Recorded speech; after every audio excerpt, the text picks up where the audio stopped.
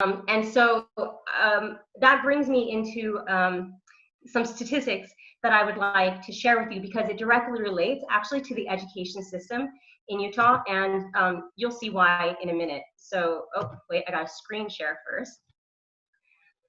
So, all right, there we go. And we're gonna start this, so, oops. This is Ida B. Wells, and she was actually an activist, excuse me, who spoke out about lynchings. In case you're unaware, the last lynching in the West that took place was in Utah in the mid-1920s, and it was in Price, Utah, and there was a mob of roughly about 4,000 people who lynched a black man and hung him from a tree.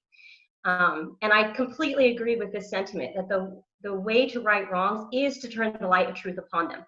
I feel like so many people are kind of afraid to talk about racism, or they don't want to address it because it's like bad, and it's like, oh, we're just talking about bad stuff and making people angry. But I truly believe that if we don't talk about this, then that's how it festers and turns into, quite frankly, kind of what we're seeing right now in America.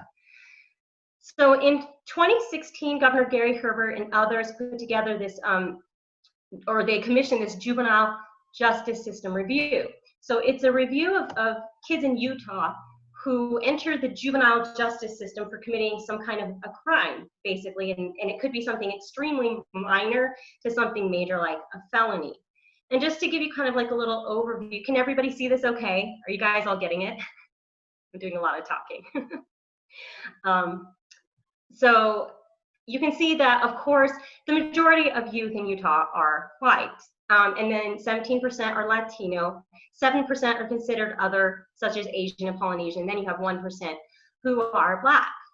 Now, this new intakes over here is kids who just initially, like, they get maybe brought up on something, some kind of, I don't know, charge or something like that.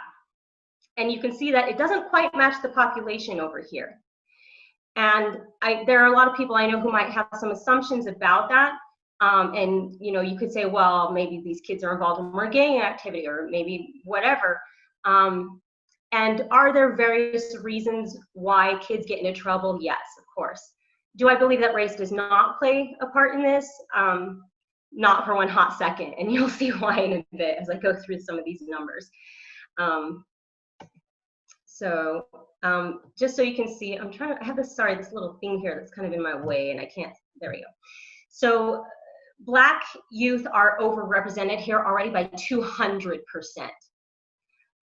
And the reason why kids initially go into the system is because maybe the school administrators, that's the form of punishment that they deem is appropriate for them, or you have school police officers, which are called school resource officers.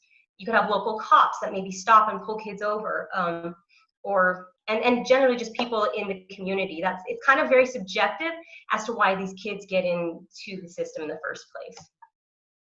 All right, so what we're looking at here is when kids do kind of make that initial contact with the system for whatever reason, there's two ways that it can go. They can have something called non-judicial adjustments, or NJAs, which means that a judge or someone decides, you know what, this kid really needs help. Maybe they just need counseling. Maybe they just need to do some kind of a school peer court or some kind of alternative intervention to help them.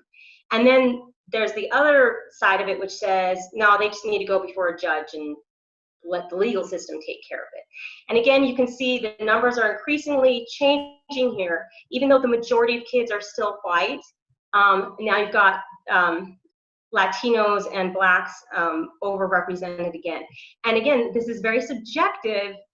When they go before a judge or something like that, there's nothing that says, hey, if they commit this crime, they do this. It's just it's kind of all up to local, like parole officers or whoever. So you can see that at this point, Latinos are almost twice as likely to go to court, and Blacks are 5 times more likely to get sent to court than to receive an NJA.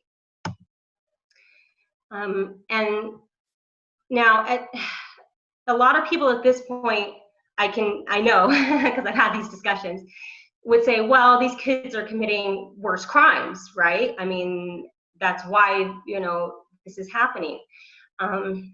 But actually, if you look at the statistics, these are the numbers for what kinds of crimes these kids are committing when they make that initial first contact. And you can see really it's pretty even across the board. There's not a big statistical difference, other than I would say Black kids commit far fewer felonies than whites and Latinos commit fewer misdemeanors and more infractions. So they're committing the exact same crimes, but they're receiving different punishments. So this is just kind of a general look here. You can see, again, the majority of kids who come in are white, and 3% Black, 7% other, 23% Latino. But as they go on to things like probation, something which requires a fee and things like that, you know, kind of it starts to change, but it really starts to change when you go to things like secure care and DCFS, or where they're removed from their homes and placed into some kind of foster care. So as you can see here, Latinos actually outnumber white kids at this point, and as do kids of all color, really.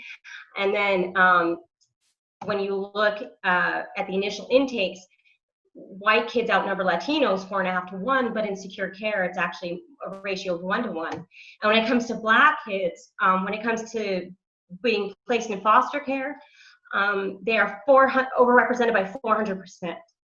So that just means that literally, if you're just a Black kid living in Utah, you're 12 times more likely to be removed by law enforcement from your home than a white kid. Now, there are many reasons, again, that I mentioned why certain punishments are given to certain kids. And a lot of these just have to do with money. So a lot of these alternative kinds of things, or the things where that require restitution, or like I mentioned, probation, they require fines. And some of these fines and the restitution probation, those can be tens of thousands of dollars. I mean, and those are just things that are just absolutely not feasible for a lot of families in lower income communities. So then they'll often go instead to detention or secure care, which still may have like a pay back kind of a policy. So these kids may still end up paying things back for years and years, unless it's DCFS, and then that's totally free for them. So just to kind of give you a little bit more of an overview, I've just compared 2 counties here that have the largest populations of kids, really. So this is Salt Lake and up north, those counties. And you can see that when kids go into the system, Latinos they do kind of double compared to the Utah population. So this is the baseline population. And you can see that you're starting to get more, I mean, the Black population doubles for intakes there, and you have more Latinos. And then by this point, you already have kids of color outnumbering white kids in detention. Detention's like short-term jail, sort of, for kids. So it's short-term detention. Community placements, you know, at this point, basically, the numbers are completely reversed, especially for long-term secure care. You've got 52% Latinos and only 36% white kids. Again, remember, this is for the exact same crimes, right? There's really not much statistical difference, but there's a huge difference in the kinds of punishments that these kids are getting.